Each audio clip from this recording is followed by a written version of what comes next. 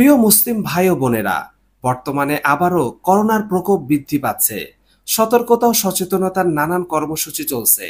করোনার ব্যাপারে ভীত সন্ত্রস্ত না হয়ে সতর্কতার সাথে সাথে বর্ণিত দোয়াগুলোর উপর গুরুত্বের সাথে আমল করা উচিত। তাহলে করোনা সহ সকল জটিল, কঠিন ও দুরাগ্য ব্যাধি থেকে সুরক্ষা সহজ হবে ইনশাআল্লাহ। তাই আসুন আমরা বিচলিত না হয়ে বিশুদ্ধভাবে দোয়াগুলি পাঠ করি। দৈনন্দিন সকাল সন্ধ্যায় ৩ বার এই দোয়াটি পাঠ করা।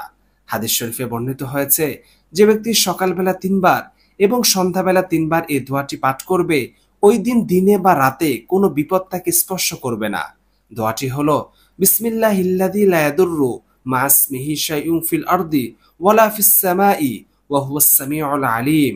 আল্লাহ তাআলার নামে, যার নামের বরকতে আসমান ও জমিনের কোনো বস্তুই ক্ষতি করতে পারে না।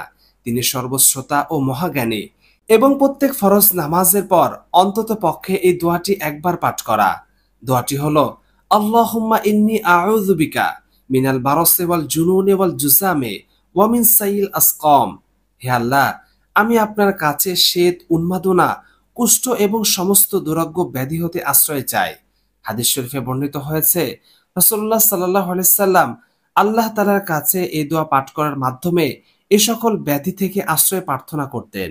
প্রিয় মুসলিম ভাই ও বোনেরা, আসুন আমরা বিচলিত না হয়ে বিশুদ্ধভাবে দোয়াগুলি পাঠ করি, অন্যদেরকে দোয়া শিক্ষা দেই।